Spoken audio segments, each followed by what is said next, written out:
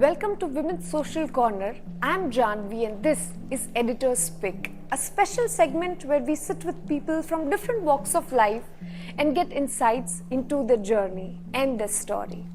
Today we have a very special guest on the show. I'm sitting with a woman who needs no introduction. We are going to talk to Ma Anad Sheela in Vadodara and we'll get insights into her journey.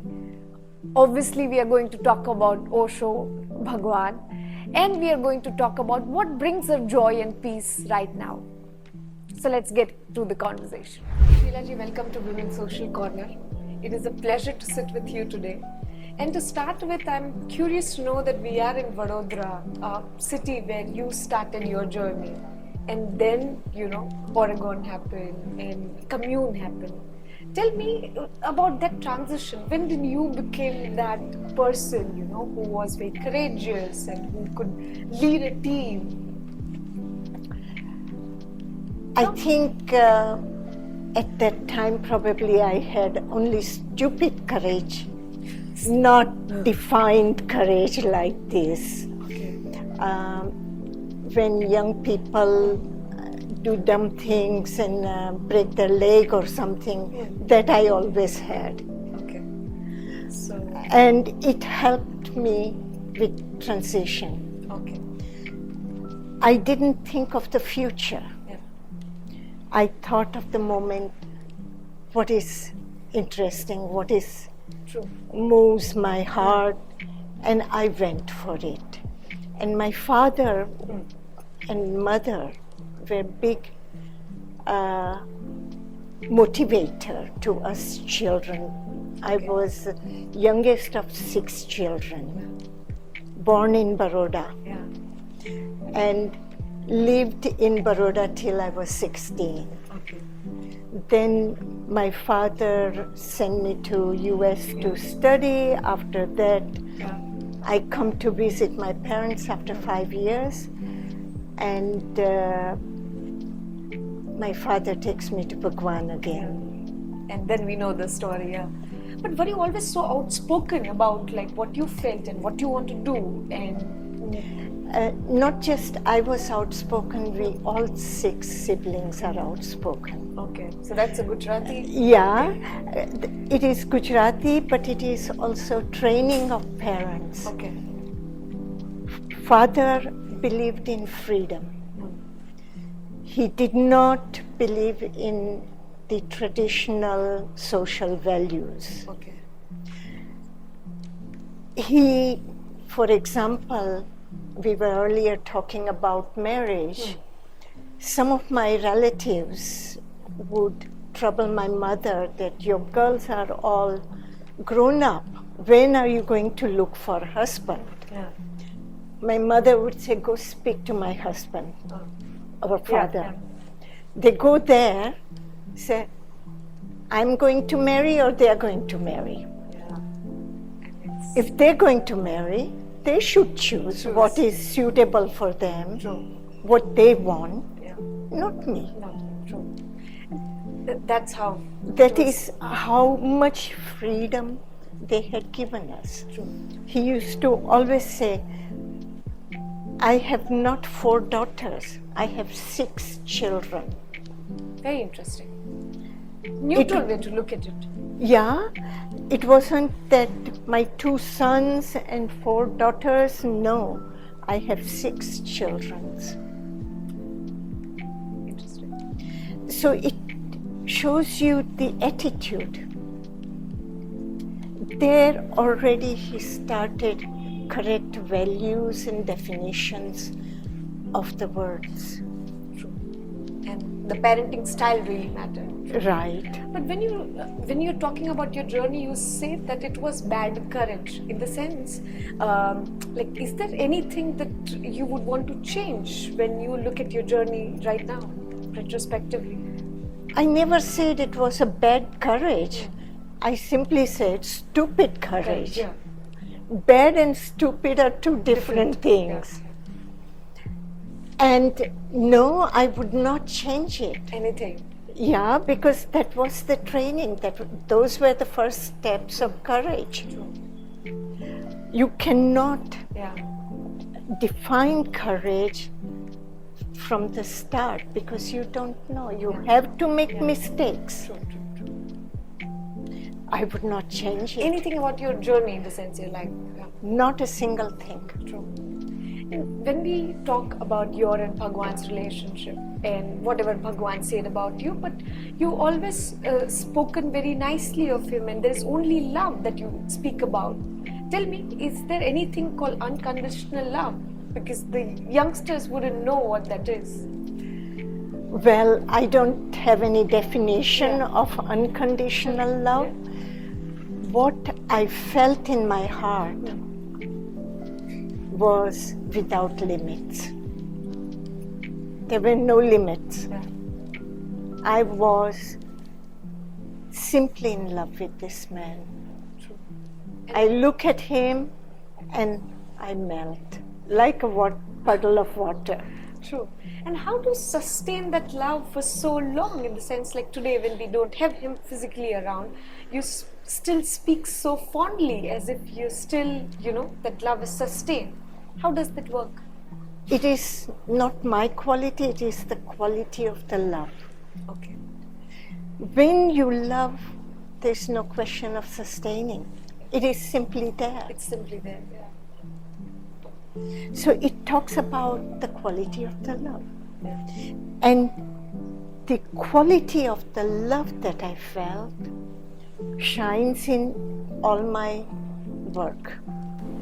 Because I worked from my heart. Yeah. But was there a moment where you had to forgive him for whatever he said, or no, that was out of question? Forgive him? Never. I have never used words like forgive. Okay. These are Christian words, I don't use them. Interesting. It's not my vocabulary. Okay. Christianity teaches us to feel guilty and forgive. Yeah. And we're free of those words. Bhagwaan has cured me. Loved it. And when we talk about love and relationship, tell me that today we see people having multiple relationships. What are your thoughts on this, like adultery and such? Word adultery doesn't exist. Multiple relations are healthy. Take care of the sexual context. That part is you have to be really clear about it. Take care of your body. Yeah. It's a precious apparat. True. Yeah. And don't let it damage. But don't make it a moral issue. Okay. The moment you make it a moral issue, you will fall into the trap of guilt and forgiveness, and with it comes depression. Okay. You fall into the trap. Yeah, that is an absolute trap. So don't fall for that. If you want to be happy in a relationship, don't expect. And don't lose your freedom. Your freedom will set the quality of your relationship. As far as this is taken care of, everything else is fine. Yeah. Right. And what about marriage? Because you also have very interesting views on that. Marriage, it is a convenience of the social need. Yeah. And life should not be always convenient. Yeah. We don't like to come out of our comfort zone. We tolerate. We tolerate nonsense in relationships. We tolerate brutality. Not acceptable. Okay. Under any circumstances, not acceptable. Your freedom is very valuable. That freedom should not be affected in any form, any shape. Yeah. So It is not a bargaining point. True. It is your human right. You were born with your right. That's how come you came out of Gaber Mutter. That's how come you came out of the womb. True. You wanted your freedom. Yeah. But then what about the idea of commitment? That I am committed to this person, so I will not, cross that line. If you commit, you will also break the commitment. That is also a trap. We are all in our head. Right. If you love, no question of commitment. And love is not sex. Two separate issues, two separate things. True. In one of your interviews with Barkha, you had a very interesting take on spirituality, where you said that you can call me a criminal but not a spiritual person. And I would want you to elaborate it, because that's a very interesting statement. What is spirituality? What is spirituality? I ask you. Everybody talks about spirituality. Any yoga teacher doing yoga exercise calls themselves very spiritual. You go to the sports studio and you do your sport. It's the same thing. You call it yoga or sport. So there is labels, you think? These are labels, and these labels are deceptive. Okay. Why do we need spirituality? I ask you. If you live your life in your own honesty, you don't need to be. Okay. To keep sane, or to, some people say that we'll get moksha, or, that such And what will you do? You will get utterly bored. I lived in a heaven. Yeah. Luckily, I had a lot of work, so I wasn't bored. True. But the meditators sometimes were bored. Yeah. Interesting. Because you sit so close to Bhagwaan, and you're not talking about words like meditation. You're not interested in enlightenment. And that's very interesting, because most people would assume that these are the things what people do in an ashram or in a commune. Because I was living a real life there. Yeah. I didn't need any cigarettes in between. Yeah. It was work. And all these words are like cigarettes. Gifted, poisonous. Okay. Then that's how you entertain and dilute your mind. True. I don't believe in dilute. You believe? Illusion, delusion. Yeah. Call a spade a spade. That honesty also I have learned from my parents and Bhagwaan. Okay. But today in India, there's so many spiritual gurus upcoming, trying to get into that space. Do you see any guru, or you see any hope in any of them that, you see some spark, some depth here? Would you want to name I anyone? have done my guru shopping in my life. I don't need to go shopping for gurus anymore, and I don't go. Okay. I have found my diamond. Bhagwaan. I don't need any other diamonds. But no observations also, right? No judgment. If you find somebody that touches you the way Bhagwaan touched me, Yeah. you will understand me. But you've learned so much from it. Is there something, one aspect of it, or something that has stayed with you, something that you would want to share? Like, there must be so many things, but anything that you would want to? I share complete Bhagwaan to you.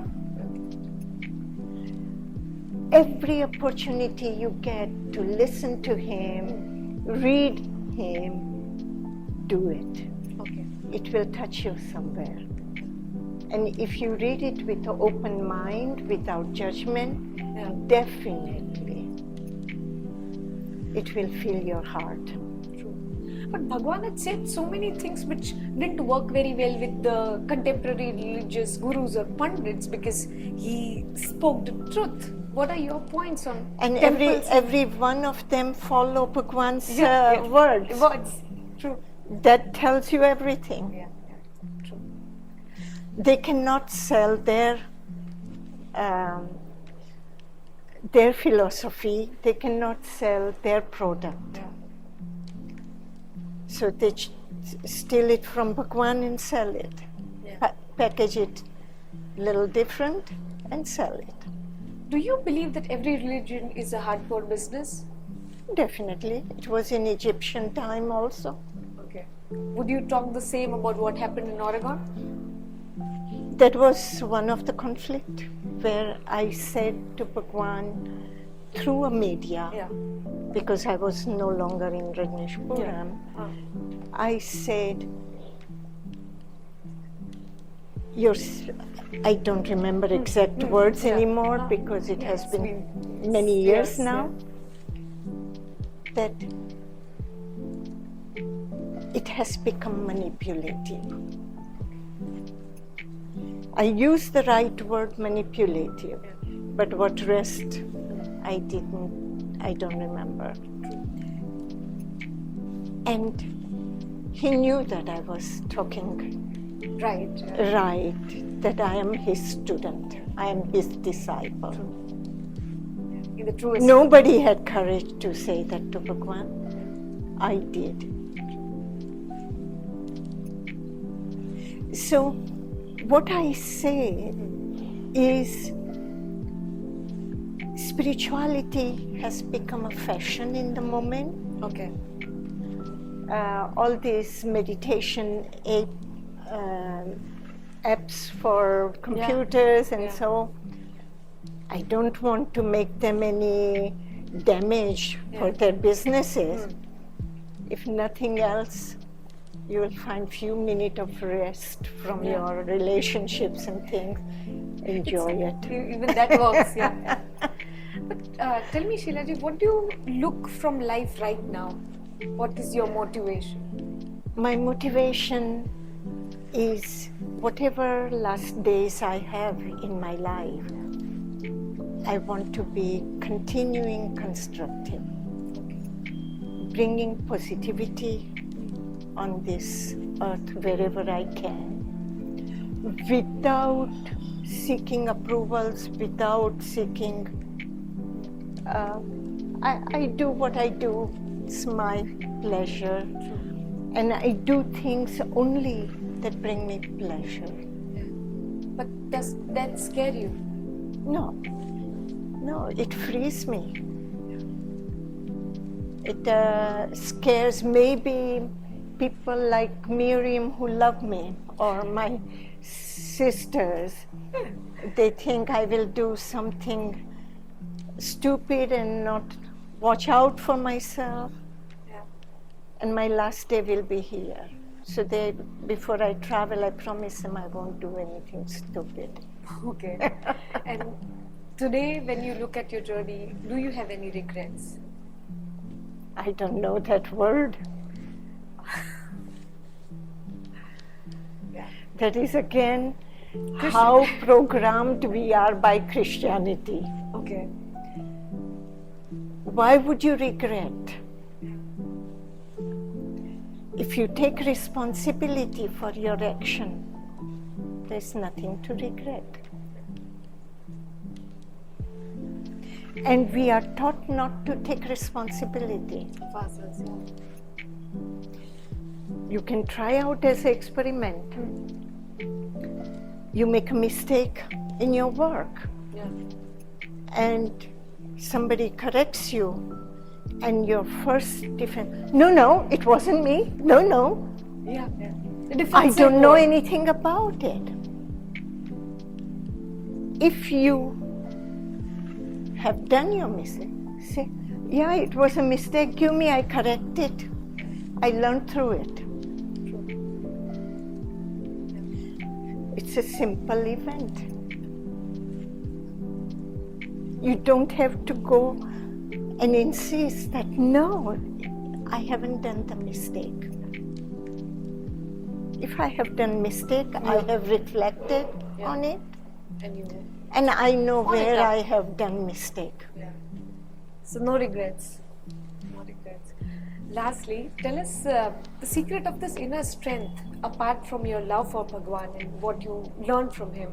Where does this inner strength come from? Like, is it just being on your own? Love for my parents, love for my siblings, and love for Bhagwaan. I call my life as a triangle: Bhagwaan, Father, Mother. And it completes the circle of my life. I hope we all have an interesting story like you did. And everybody has it. Just learn to look at it right. Yeah. And in the beginning, off the camera, I was asking you that what is your motivation, to talk to media, and now after so many years, share your side of the journey, if you would want to answer that. Very good question. I write about this in my last book, By My Own Rules. Yeah. Penguin Books publication of 2021. My father, in 1995 or the 1996, one day says to me, "Sheila, you cannot remain quiet. You must speak. You have experience of life 1 in a million, and you can inspire the young generation. You must speak every time somebody comes to speak." That's when I wrote my book, Don't Kill Him. And I dedicate it also to my mother. True. So it was my father who insisted I must speak. And I don't go out looking for journalists. They come and connect with me like you have. It is the same story with others. Even Wild Wild Country, these 2 Hollywood directors contacted me and filmed me for 5 days. Oh God. Okay, so, and they did their story. I have not seen it. Okay. But I have heard from many people on Instagram how they have been affected. So my father is right that people will be inspired. True. Totally. I hope you share more of your journey and insights from the valuable journey that you had. And thank you so much for your time. For more such interviews, keep watching Women's Social Corner.